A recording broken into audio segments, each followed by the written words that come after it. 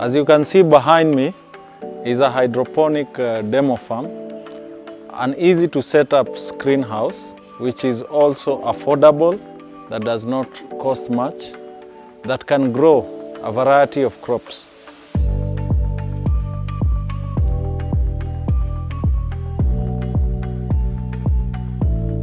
To my right here, we are growing hydroponic tomatoes, hydroponic chili, and cabbages. On my left here, we are growing hydroponic strawberries, hydroponic spring onions, and a variety of vegetables, leafy vegetables such as collard greens, spinach. We're also doing hydroponic seedling production, which I will be taking you through today. My name is Samuel Mbogwa, a hydroponic consultant at Grandeur Africa. Let's go in. Let's start with seedling production, where everything starts. We do seedling production using coco peat. As you can see, we have different trays. We do have the plastic trays, and we do have the styrofoam trays. You can see the roots have already started coming out from the bottom, and you know, we use coco peat to grow our seedlings hydroponically. You can also use peat moss, and these trays are cheap. They are easily available in local agrovets, so agro shops, so you can get one for yourself. We also supply, should you need them, and also the coco peat. So we do the training on how to grow the seedlings hydroponically. We do also grow seedlings on contract for other farmers who do not have the time to grow their own seeds. For traceability's sake, they have the right seeds, but they don't know how to take care of the seeds, or they do not have enough time to take care of the seedlings. So we do that. We can grow the seeds on order for you. We can train you how to do your own seedlings. And as you can see, these are collard greens seedlings. And you know, the collard greens we are talking about, this is how they look when they are mature. So basically, that's the seedling of the collard greens. We also have seedlings for the spinach.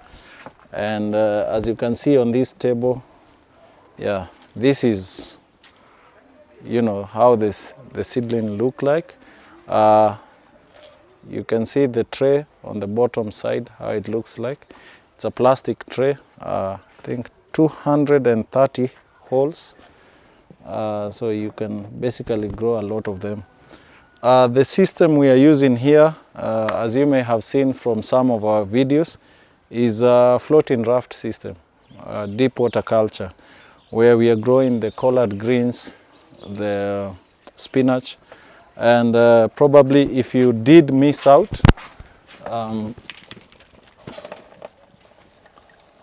this is how it looks. You can see the leaf is very healthy. It's quite big, yeah, and the roots are very healthy, very white, and we do not need to do any weeding. There is no competition for nutrients.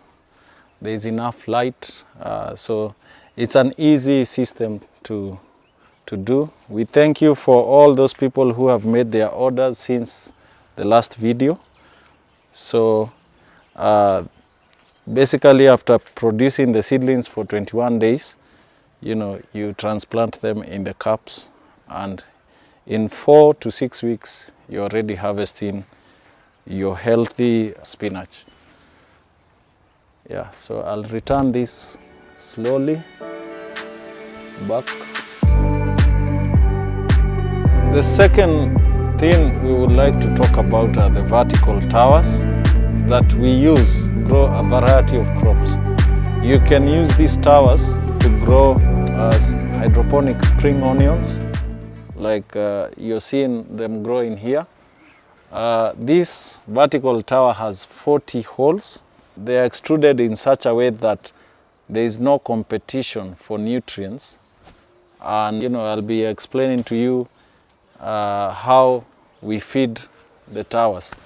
Now you can grow other crops such as strawberries, you can do dill, you can do parsley, you can do mint, you can do celery, and a variety of other leafy herbs and spices. It is easy to feed the spring onions on this.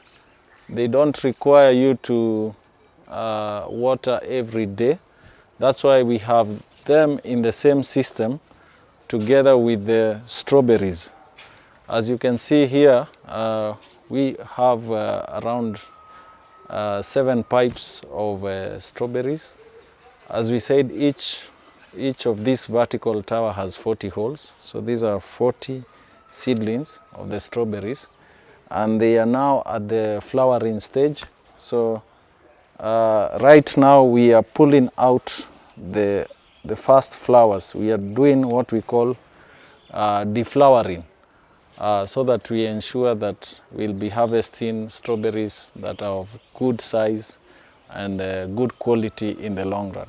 Basically, for strawberries, you should not water them every day because they will wilt and die.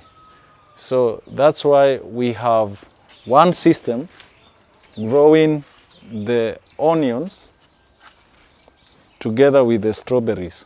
So we only water once every 3 days. And during the cold seasons, like June and July, we water once every 4 days. Basically, if you would like to visit us to see or to learn, train on how to grow your own strawberries and a variety of other herbs and spices, you're welcome.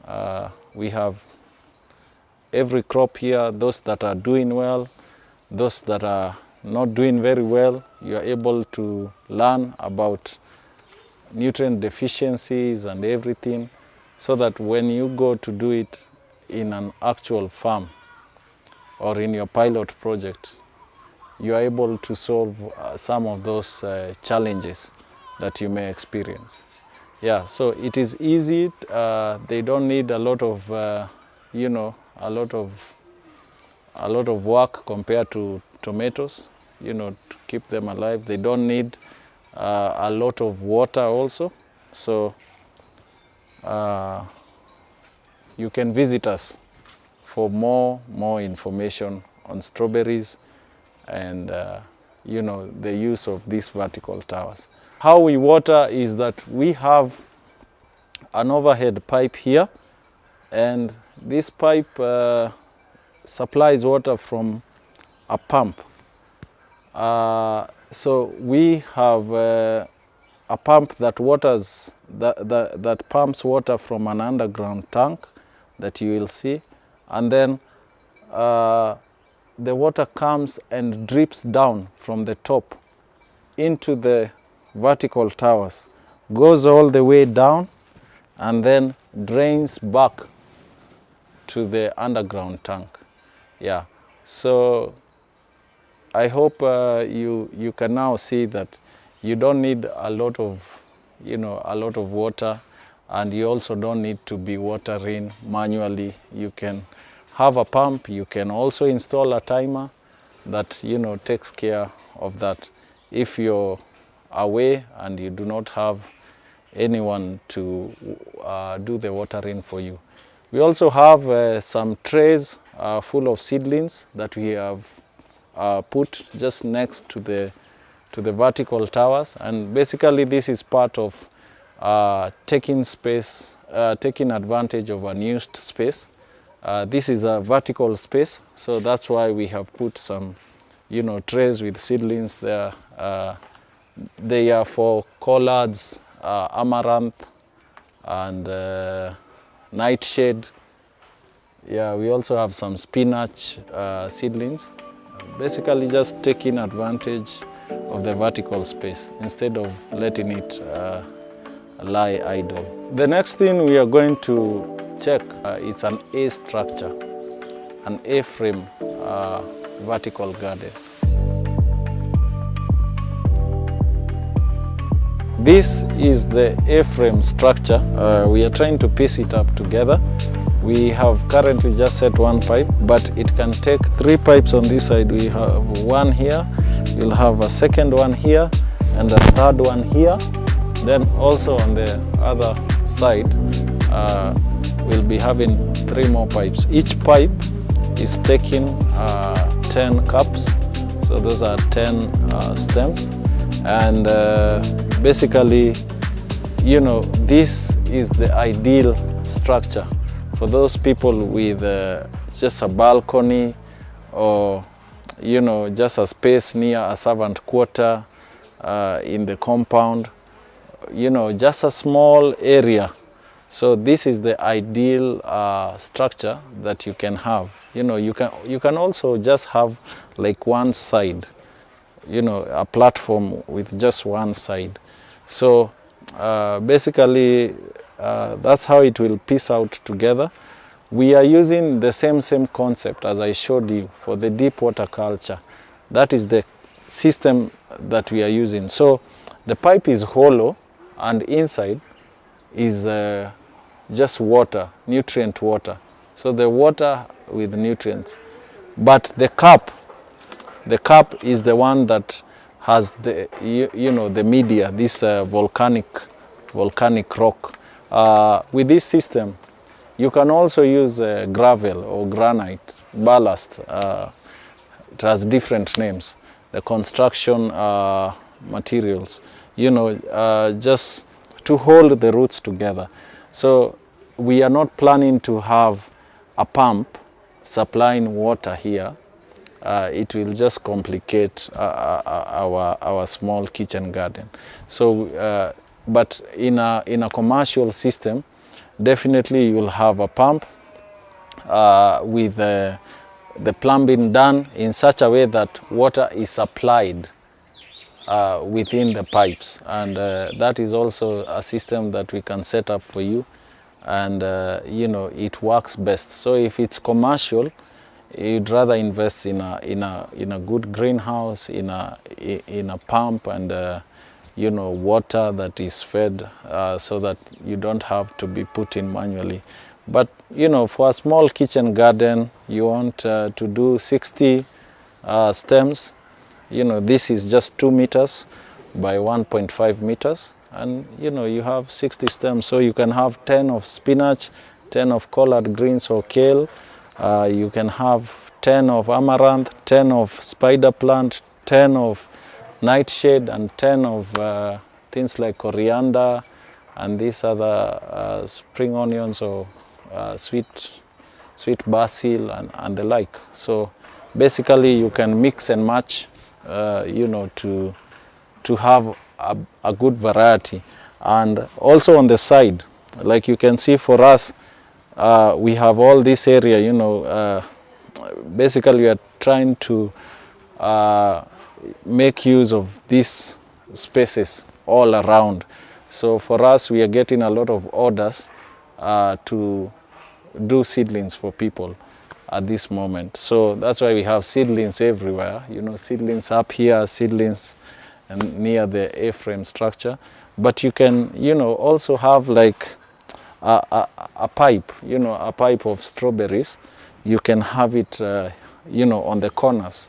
You know, you can get a bit creative, and whether it's just for home consumption, you can be watering manually, as we said with strawberries, just 3 or 4 days.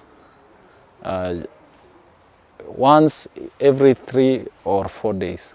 That's when they need water. So basically you can have a pipe, you can have a bucket there with tomatoes, you can have another bucket on that corner with capsicums, and you know, make use of unused spaces. You can also construct something here on top, you know, just a good platform here where you can do another pipe or another 2 pipes or so, where you can grow coriander and all these other things. Basically, this is the best system for leafy vegetables. It's a good system for leafy vegetables. For vines and fruiting crops, you know, you'll have to have a bigger, you know, diameter of a pipe, and you know, you'll have to make room for where the vines like tomatoes will be, you know, staked and all that for the support, you know. But basically it's a system that you can have, and it does well, as you can see. I'll introduce you guys to a trough system. This is called a trough systems. System, as you have seen, we have cabbages that we are growing here. We have tomatoes that are just behind me here, and we have chilies, and they are really growing well. We have a slight challenge on pH. Our water here is quite saline, and that is why we always have a pocket pH meter. As you can see, it measures pH and EC. EC is electrical conductivity. So our water has a pH of 8.5, and therefore it is very important for us to ensure that we are controlling pH as much as possible. The right pH is 5.5 to 6.5, so that is what we strive to ensure that our underground tank water has before the water is pumped into the system. And unlike the strawberries, which are watered once every 3 days for 5 minutes, here on this system we have to water twice a day, in the morning and in the evening. That's twice a day for 10 minutes. Basically, how the water gets in here is through the drip lines, and therefore the watering system of a strawberry tower is not the same as for the trough system. The trough system uses a drip line. For commercial setups, we have 2 tanks. We have an underground tank that collects the excess water draining from the troughs, and we have an overhead where, you know, water comes to the system through gravity. This is a small system. It measures 4 meters by 3 meters. So we have 3 rows of troughs in this 4 meters by 3. On the side, this was an unused space, and that's why we have small floating raft systems that we are using for, you know, just in the interest of making use of this space. You can use this for your balconies. But this area has a population of 50 stems of tomatoes. We have around 12 stems of the chili, and we have around 20 cabbages in this space. So basically we are talking about almost 90 stems in that space of 4 meters by 3. The chilies will be with us for more than 1 year. The tomatoes will go for 9 months. The cabbages are harvested after 75 days. So with the valves that we have on the troughs, each trough has a valve, and therefore when we harvest the cabbages, and as you know, we can transplant, or if the trough is not ready for transplanting, if we do not have ready seedlings, then we can, you know, close those valves. So Apart from feeding, there is also pest control. I'll be talking about pest control in a bit, but allow me to just show you the difference in how these crops grow. The chilies, the chili is not a vine. So basically you have to use the strings just to hold and support, the branches. After some time, we'll be pruning in order to ensure that, we have more flowers and more fruits. You have seen the chilies are now coming out, here they are, and yeah, we have more, here. They are not ready, but I would like to show you that, and the more you harvest chilies, the more they, they produce. And I'm sure this is enough for, just one person. If you're doing pepper soup, or if, it's a meal for a family, I'm sure this is enough pepper. This is the hot pepper. The same system can be used to grow sweet peppers or the colored capsicums. Yeah, so before we talk about pest control, I would like to show you how we are training the vines. And as you can see down here, we have this wire. We have the top one to hold the, the string. And then we have the bottom wire here to ensure that there is support. As you can see, this one ensures that the fruits do not touch the ground, and therefore we avoid contamination, with the flow. And basically they also will not get wet, because of the moist pumice or the moist volcanic rock. So this support system, as you can see, we have now started staking, and the vines look like an L. They use this wire here for support, and then it goes up. So this is where most of the weight for these tomatoes is. If you don't do this, then it means a lot of weight will be exerted on top, and therefore that will strain your system. So it's very important to have this. You can do this support using this wooden or timber structures, or if your area has a lot of termites, you can also use metallic frames, and a wire, a strong wire. This is a binding wire. You can use a kench wire, and basically, as you can see, the tomatoes have started turning. I'm just going to harvest one. You can see it's a good tomato, it's also tough inside.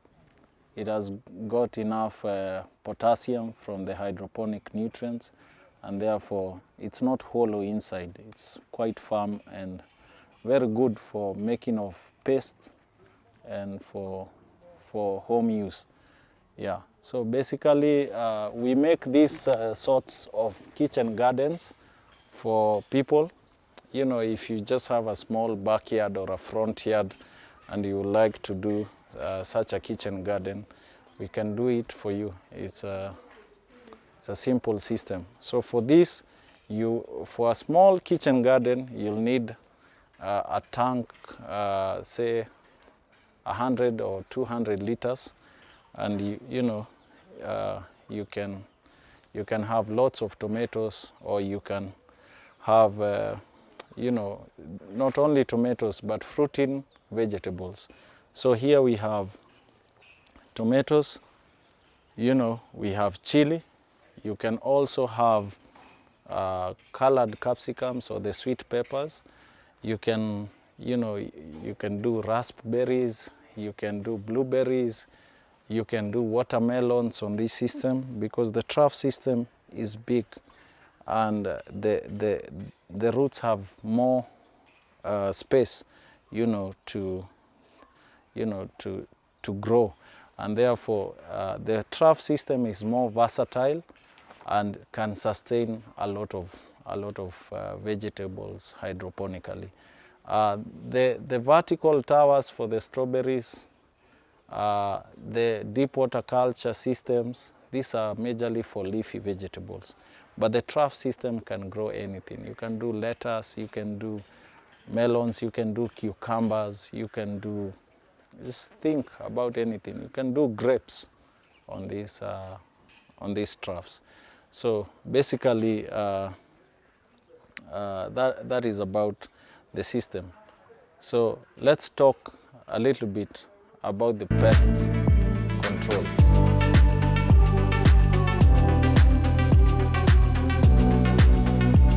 We normally like to go for organic ways of controlling pests and diseases. And today I'm going to show you just a few things that we do to do it organically. Well, you can also do synthetic pesticides and fungicides, but there is also a risk of having chemical residues in our food. We are what we eat, so it's important for you to ensure that you use the most organic ways of controlling your pests and diseases. Now, on my left here, collard greens on a floating raft system. The floating raft system on this side has an invasion by a caterpillar, also known as leaf miner. And as you can see, this is what is happening to the leaf. I'm also going to get the leaf from a tomato, and you can see it is the same. I'm going to hold it like that so you can see how the caterpillar is doing damage on the leaves. And basically, for leaf miner, for aphids, for thrips, for spider mites and all this, we have different products, and today I'm just going to name and show you some. We have pyrethrum extract. The reason we put it in a bag that does not allow light is because it can disintegrate faster. It's an organic product, so the way we extract it, we advise people to put it in a bag that does not allow light to go through, in a cool, dark and dry place. So organic pyrethrum extract is available. We also teach people how to extract neem. These are neem leaves. In Swahili we call them mwarubaine. Here it has more than 40 uses, so it's very, very good. We normally dry these neem leaves, the neem tree leaves, and once we sun dry, with a mortar and pestle, we get the powder, and we can train you on how to extract neem. We also have garlic.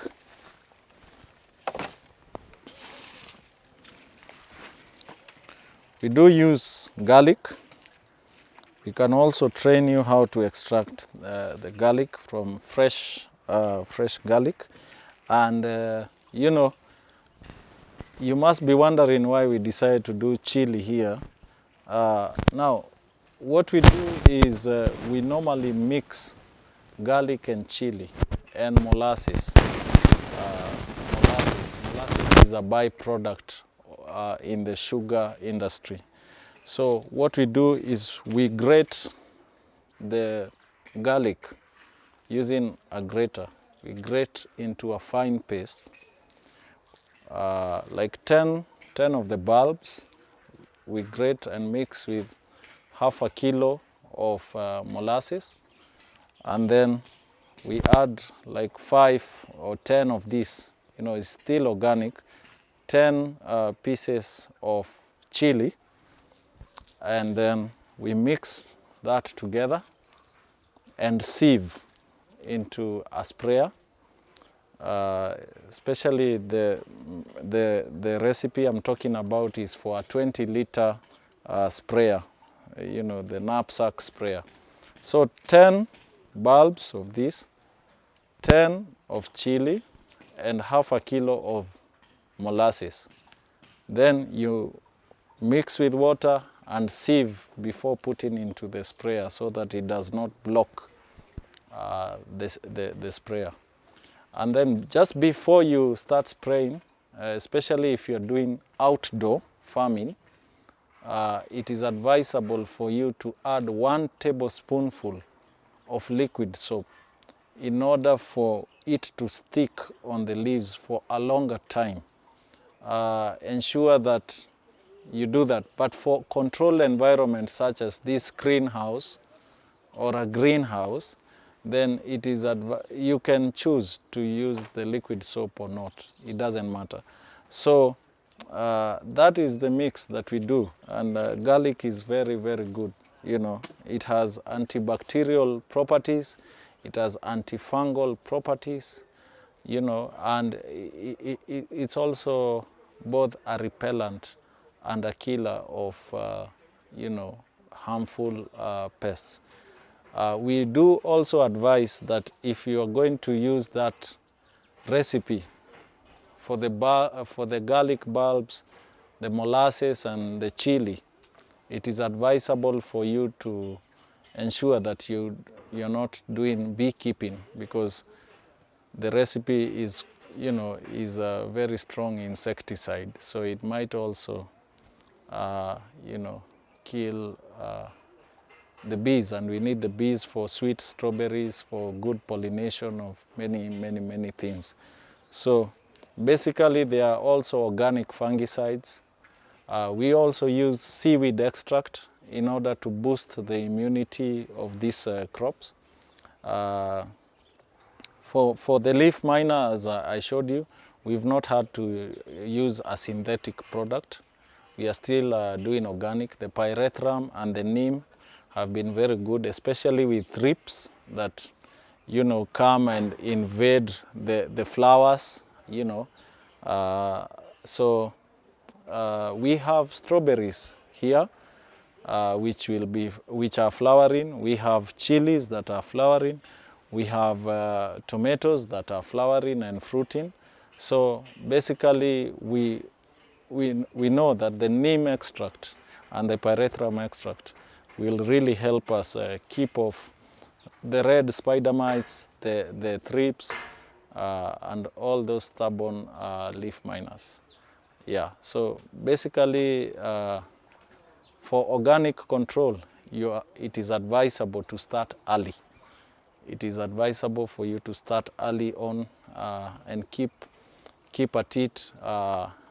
Also, very good scouting. Some pests will hide under the leaves. So even the spraying, the way you spray, do you just spray on top and forget about the bottom?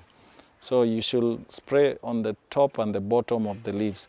Also, when scouting for pests and diseases, always check the top and the bottom of leaves. Yeah, so we can train you on this. We can do a kitchen garden for you. We can do a commercial setup. As you've seen our videos for both aquaponics and hydroponic systems. So feel free, even if you are far away from Kenya and the general East Africa region, with these COVID-19 movement restrictions, we can train you via online platforms. If you want backup videos, we'll provide. If you want backup notes, we'll provide during the training. We have trained people online who are based in West Africa, Ethiopia, and some are within our country, but for different reasons, they are not able to reach our demo farm. We can train you online. We also do on-site training with early bookings, because as you know, with the social distance, the social distancing, we have to be very vigilant how many people we can allow, you know, into this space. So basically you book early and pay, and then, you know, we can get it on. So whether online or on site, whether you want to order seedlings, whether it is a market that you're looking for, value addition training, we do all that. So feel free to contact us, subscribe to our YouTube channel, you know, hit the bell button so that you are always notified whenever we upload new content. We also have our website, grandiourafrica.com, and you can also email us for more requests, for more information, for better clarification. We are here for you. Thank you very much, and be safe, stay safe.